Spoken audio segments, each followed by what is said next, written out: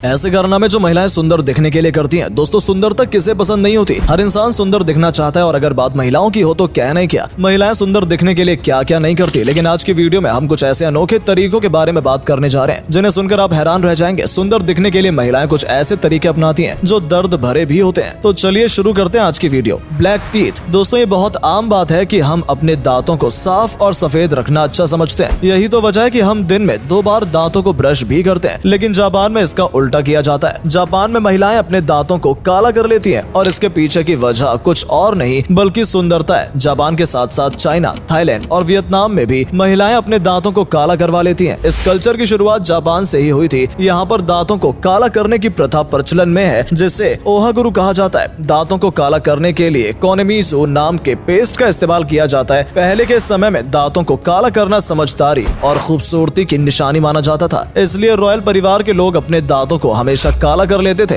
इसके अलावा शादी या अंतिम संस्कार जैसे मौकों पर भी लोग अपने दांतों को काला कर लेते थे। ऐसा भी कहा जाता है कि दांतों को काला करना दांतों की सड़न को रोकता है और महिलाओं को अधिक सुंदर बनाता है। हालांकि अब ये बहुत ज्यादा देखने को नहीं मिलता है। Women with long neck ring. हर महिला सुंदर दिखना चाहती है, जिसके लिए वो अच्छे कपड़े और मेकअप लगाना पसंद करती है। लेकिन म्यांमार में सुंदरता का पैमाना कुछ और ही है। यहाँ पर महिलाओं को सुंदर दिखने के लिए सिर्फ अच्छे कपड़े और गहने ही नहीं पहनना है, बल्कि लंबी गर्दन भी पाना है, जो इन्हें जन्म से नहीं मिल पाती। इसलिए अपनी गर्दन को लंबी करने के लिए यहाँ की महिलाएं गर्दन में रिंग डाल लेती हैं। जैसा कि आप वीडियो में देख सकते हैं, इस तरह की स्पाइरल रिंग डालकर महिलाएं अपनी गर्दन को लंबा बनाती हैं, जिससे कि वो अधिक सुंदर दिखे। बचपन से बच्चियों के गले में रिंग डालना शुरू कर दी जाती है और उम्र बढ़ने के साथ साथ रिंग की संख्या भी बढ़ा दी जाती है। ये प्रक्रिया 5 साल की उम्र से ही शुरू कर दी जाती है। यहाँ की ट्राइबल महिलाएं आपको इसी तरह की रिंग पहने हुए नजर आएंगी। कहा जाता है कि गर्दन जितनी बड़ी होगी, महिला को पति उतना ही अच्छा मिलेगा। Lip plates. इथोपिया की सूर्य जनजाति की महिलाएं अजीब सी प्रक्रिया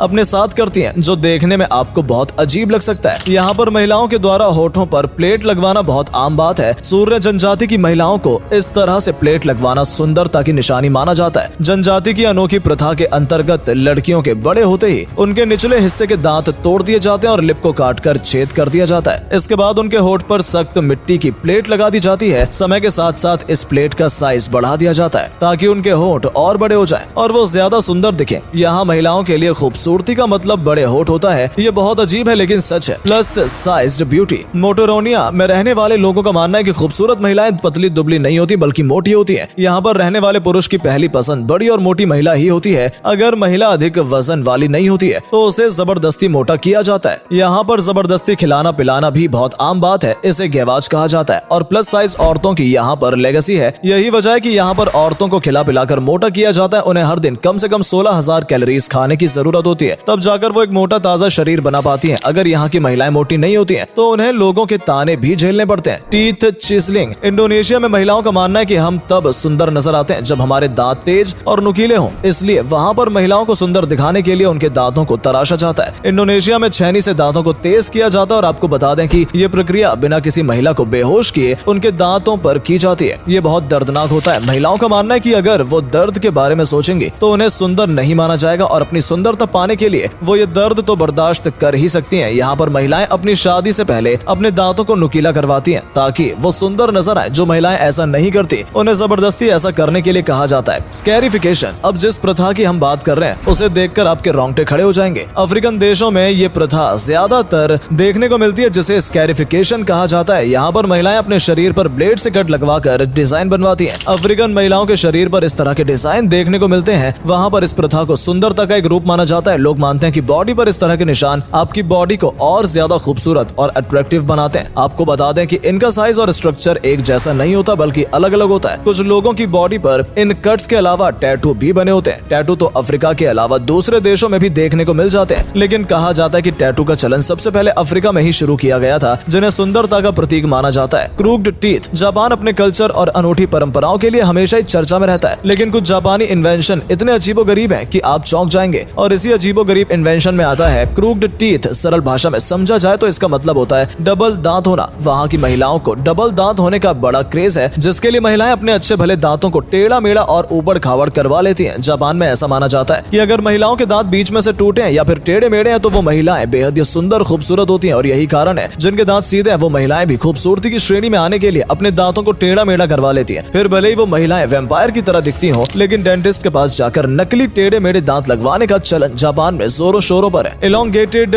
ईयर लॉब्स। साउथ केन्या की मसाई जनजाति की महिलाओं की खूबसूरती का पैमाना कुछ अलग ही होता है। उनके लिए उनके बाल या फिर शरीर उनकी खूबसूरती के पैमाने में नहीं आते, बल्कि उनके बड़े कान के छेद उनके लिए खूबसूरती के पैमाने पर सबसे ऊपर आते हैं। यहाँ की महिलाएं कलरफुल शॉल और कपड़ों के साथ साथ अलग अलग तरह की रिंग भी पहनती हैं। इनके कान के छेद बहुत ज्यादा बड़े होते हैं, जिनमें ये महिलाएं डोंगलिंग इयररिंग पहनती हैं। इनके कान के छेद को बड़ा करने के लिए लकड़ी और पत्थर जैसी चीजों का इस्तेमाल किया जाता है। ये परंपरा इन जनजाति में सदियों से चली आ रही है, जिसे ज्यादातर लोग फॉलो करते हैं। हालांकि ये प्रक्रिया भी दर्दनाक होती है, लेकिन फिर भी लोग इसे फॉलो करते हैं। Lotus feet. पुराने समय में चाइना की महिलाओं की सुंदरता उनके छोटे पैरों से देखी जाती थी। ऐसा माना जाता है कि पैर जितने छोटे होंगे महिलाएं उतनी ही सुंदर होंगी, लेकिन इसके लिए उन्हें काफी जतन भी करना पड़ता था। यानी कि इसके लिए महिलाओं के पैरों के साइज को बदला जाता था, जिसके लिए 5 साल की उम्र से ही उनके पैरों को बांधा जाता था। इस ट्रेडिशन को लोटस फिट कहा जाता है। इसके लिए लोटस शूज भी बनाए जाते थे। ऐसा माना जाता था कि पैरों का आकार 2 फीट से ज्यादा नहीं होना चाहिए। पैर सॉफ्ट, सिमेट्रिकल और फ्रेगनेंट होने चाहिए। बड़े पैरों वाली महिलाओं को अच्छा नहीं माना जाता था। हालांकि कुछ समय बाद ही इस ट्रेडिशन पर बैन लगा दिया गया, लेकिन अभी भी कुछ ट्राइबल महिलाएं इस ब्यूटी ट्रेडिशन को फॉलो करती हैं। Nose bandage. खूबसूरत दिखने के लिए लोग सर्जरी करवाते हैं, इसके बारे में तो आपने सुना होगा। लेकिन ईरान में महिलाएं खूबसूरत दिखने के लिए नाक की सर्जरी करवाती हैं। पूरी दुनिया में सबसे ज्यादा नाक की सर्जरी ईरान में ही की जाती है। यहाँ पर नोज सर्जरी सबसे बड़ा ट्रेंड है, जो कि वहाँ की महिलाएं करवाती हैं। ईरान की महिलाएं हॉलीवुड और वेस्टर्न कल्चर से बहुत प्रभावित होती हैं, इसलिए यहाँ पर छोटी नाक को सबसे ज्यादा खूबसूरत माना जाता है। और जिन महिलाओं की नाक बड़ी या लंबी होती है, वो इसकी सर्जरी करवाकर उसे छोटा करवा लेती हैं। ईरान में हर साल लगभग 40,000 कॉस्मेटिक सर्जरी होती है, जिनमें 60% सर्जरी सिर्फ नाक की जाती है। दोस्तों, आपको ये वीडियो कैसा लगा नीचे कमेंट करके जरूर बताएं। साथ ही इन सभी ट्रेडिशन में से सबसे ज्यादा अजीब ट्रेडिशन आपको कौन सा लगा, ये भी जरूर बताइएगा।